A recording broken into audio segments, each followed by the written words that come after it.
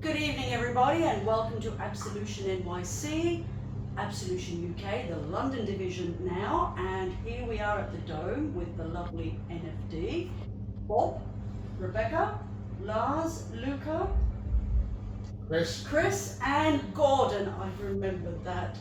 Okay, welcome guys, thank you so much for taking the time to talk to me. I know how busy it has been the last couple of months, weeks, days, absolute chaos. Indeed. But you're here, which is the main thing, and we're really looking forward to your show.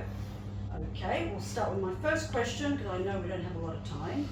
Well, now we do know, for a bit of history for the baby bats here that maybe don't know too much about NFD, you started out in 2002. Yes. Around there, some ashes from Sensorium, the Nephilim, etc., etc. We've had some line-up changes over the years. Yep. You can continue here. New members, some of the new members. Some Gordon's new, a new some member. old. Yeah. Gordon's the freshest one to the slaughterhouse. New kid. Yeah, and this is our solid lineup now going forward. Okay. So. And with the lovely Rebecca. Nice yes, to have a lady in the band. Absolutely. She brings that awful lot to the table. Everyone's happy about that. Mm-hmm. So tonight is our big night. We've been working towards this for 10 years and more, you know, especially the last 3 years with the release of the box set and a new EP and working towards a new album. So tonight is sort of the singularity we've been working towards, getting a proper London show and getting back on stage in a proper fashion. Well, it is a very, very special night because you haven't played here in 10 years. No, we haven't played anywhere in 10 years apart from the warm-up shows. Okay, and what have you been doing in the last 10 years? Working hard towards this. Towards this, 10 years. You hear that, baby bats. You've got to work hard. Okay.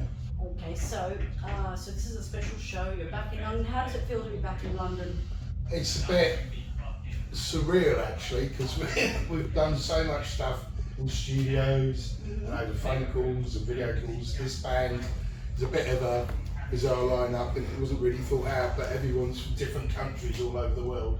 Okay. And you know, it feels weird to actually be here an hour before going on stage, because it's been this target we've been working for. So. Okay, so after this show that we're really looking forward to, tell us a bit about your plans that maybe, what are you thinking of doing after this? I know that you live in LA, and Just as you said, outside, Luca, you're Italian? Yeah. Gordon, you live in the UK, Gordon? I live in Scotland. You live in Scotland, okay, Rebecca? Hungary. Hungary, Lars? Germany. And Chris is our London representative. He's our London representative. We saw him at Goth Minister, which was a fantastic show, by the way. Okay, so where do you see it going from here? It's a great start after 10 years. Really? Well, we'll see in about 2 hours. Okay. But presuming we're still starting in 2 hours, then the next thing is we've been busy building up and tracking stuff for a new album and some new releases. Luca's laid down over 20 tracks of drums. Wow. We've got various stuff. So we've actually planned the band ahead about 6 or 7 years. Okay. So the next stage will be recording. Once we've proved ourselves on the stage again, Okay. then the next thing is to get these recordings done and start releasing. And we're actually recording tonight. We've got a system in recording tonight for hopefully a live album tonight. So Why do you say hopefully? well, that's how good it comes out. We'll see how we do it. So yes, provided we want to listen to it, then that'll be a live album. So between now and Christmas, we're going to get a couple of singles out, maybe another video, and then hopefully by the end of the year, if we can put it together, this live album, and then next year a proper album release. Okay. Well, you did release in 2023 the video "The Enchantment Surrender." Yeah, so that was the EP for Trinity. Okay, which is a great video. So I'm going to go back to the videos.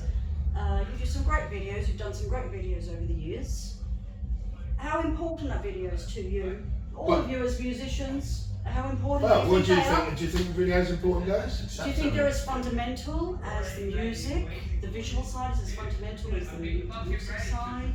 For any band in this day and age where everything is digital, you know? Yes, it's a whole package. I think everything we do, we want to be as good as possible, from the artwork to the songs to the performance. Everything we want to be the best we can possibly do. Okay. right? And we will not put something out if it isn't up there anymore, you know. Okay. My next question then is, okay, we all know that the scene has changed over the years. It's been a more disco, let's say, as you mentioned to me earlier. It's discoed up a little bit, more electronic. There's a surge towards that kind of electronic scene. There's not, in my opinion, as many goth rock bands as there should be. But we do know that the younger generation, I don't know, don't understand it maybe, I don't know. I'm not going to say my opinion here, but you as musicians, NFD, clearly this is what you love doing. Okay, what do you think of the scene today? Worldwide, we won't just talk about the London scene. I think it's only what it can possibly be. It is what it is, right? There's no control in it. So you've got to decide how you're going to engage with it, right? If you've got to pay attention to what's going on. So going back a little bit, I think some bands missed was the original bands. If you go back to the Sisters, the Mission, the Nephilim, and even the sort of bands that were sort of logged into that, All About Eve and New Milani. If you look at the audiences, it wasn't just, we look back and think, oh, they were goth bands or whatever, but the audience wasn't just goth bands. There was rockers, metalers, bikers, punks, everything there, right? So then to 20 years later, think you're going to just pull the same thing off to just the goth. Doesn't make sense, does it? Because it wasn't what happened in the first place. Right? So it naturally sort of filtered down to less and less. And the bands were sort of catering to a smaller and smaller audience by what they're providing them, right? So something NFD is very conscious of is keeping that rock side, that metal side, it gets sort of under it, but that's what was there in the first place. If you listen to Temple of Love and the 12 inch, it's heavy as F. Yes, we can't use those words in the interview. So it's really strong, these tracks. If you listen to Phobia by Nephilim, it's full on, isn't it? And the Missions, Led Zeppelin and all that. So you just got to listen to what happened and rebuild around that. And as far as the new generation goes, well, you've got to give them a way in.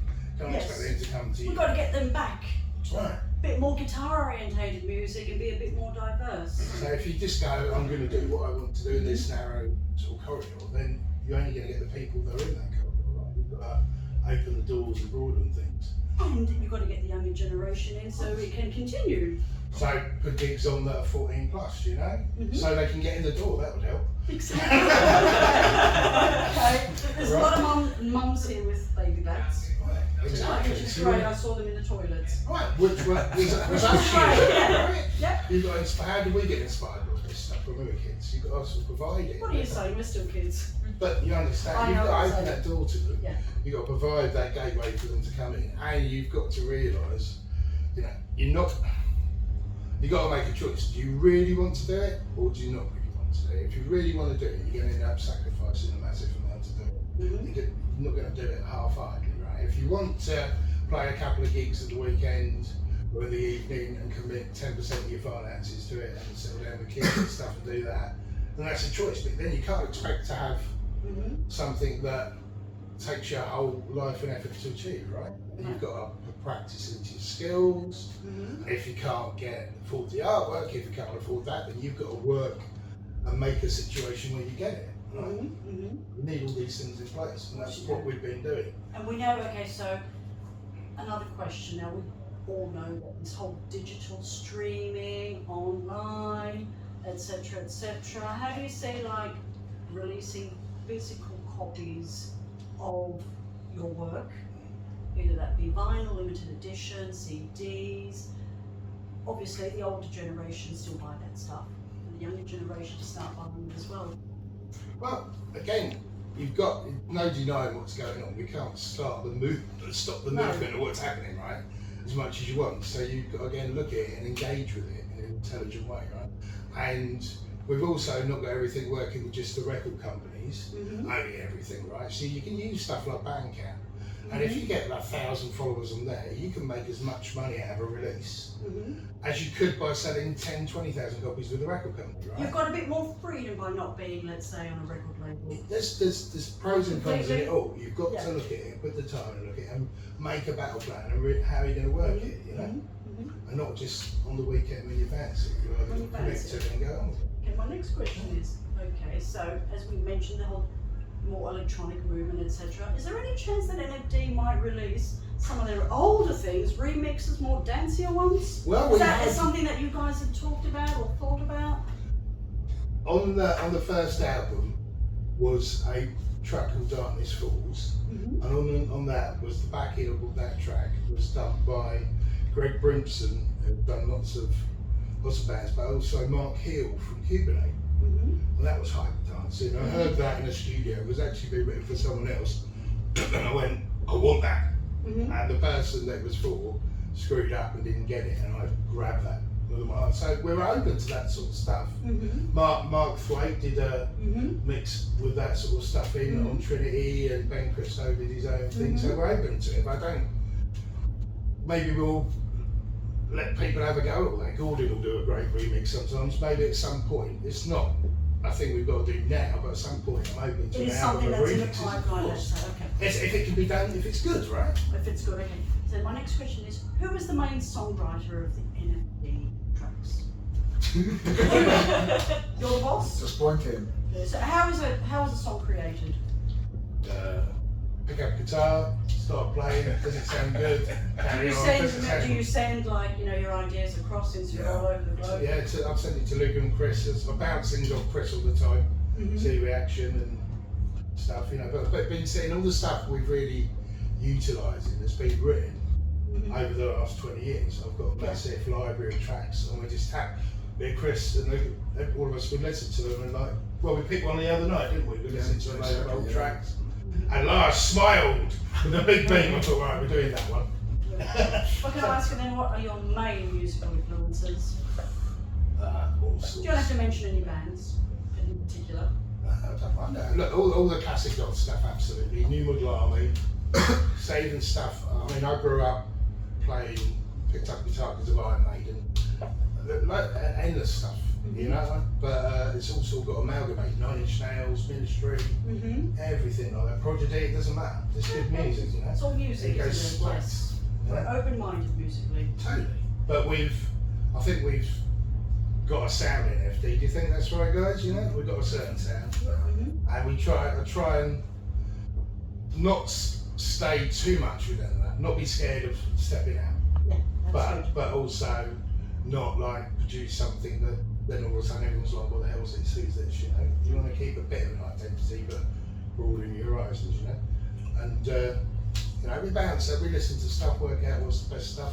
Chris send me his list back, Luke will go, Bob, I love that, and more, Gordon's only just started, but he'll get Bob, that one, that one. Gordon's a very busy man as well, isn't he? Well, He's a even very he has busy to, this man. guy, He's in lots master. of bands. I have a lot of bands. Yeah. I put the fairy dust on the records. He did a wonderful job on the Reformations when we put that Mhm. together. We handed him a mess on tracks, and that he fought through that for months with us and did an outstanding job. Mhm.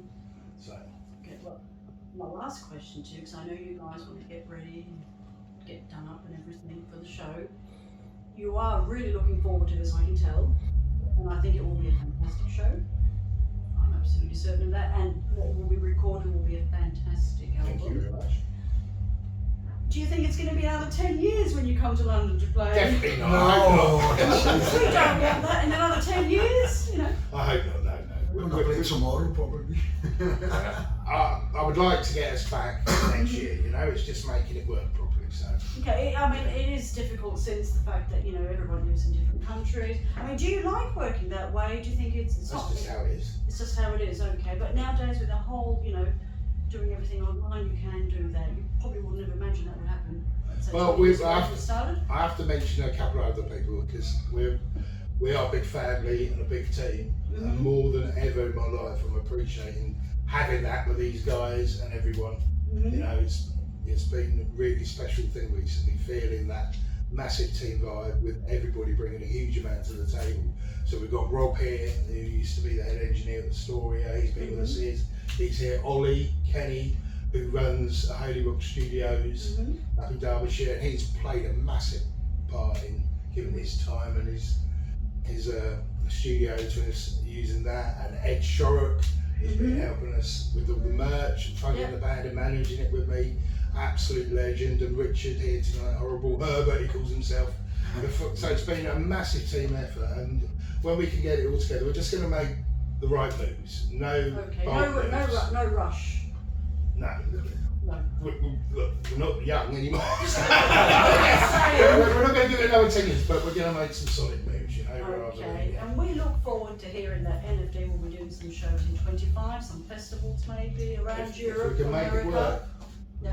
And we'd like to also say thank you to everybody that's turned up tonight. It's got a good turnout. You know, Lots of that's baby dads amazing. there with their parents, which is great. Otherwise we're staring at an empty hall, so everybody that's come out tonight has made it for us already. You know? Well, I thank you, all of you, for taking the time to talk to me. I know how busy it has been the last couple of days especially. And I've stressed you all out, but everything They're still else smiling, great. right? They're still smiling. And I'm really looking forward to the show. Thank you. And seeing you guys very, very soon back in London in a festival or something. We go around. We will get there, we Here promise. and there around Europe and hopefully. And thanks for taking the time out to You're video us welcome. and interviews. Good night from me, everybody at the Dome. See you at the show. Cheerio!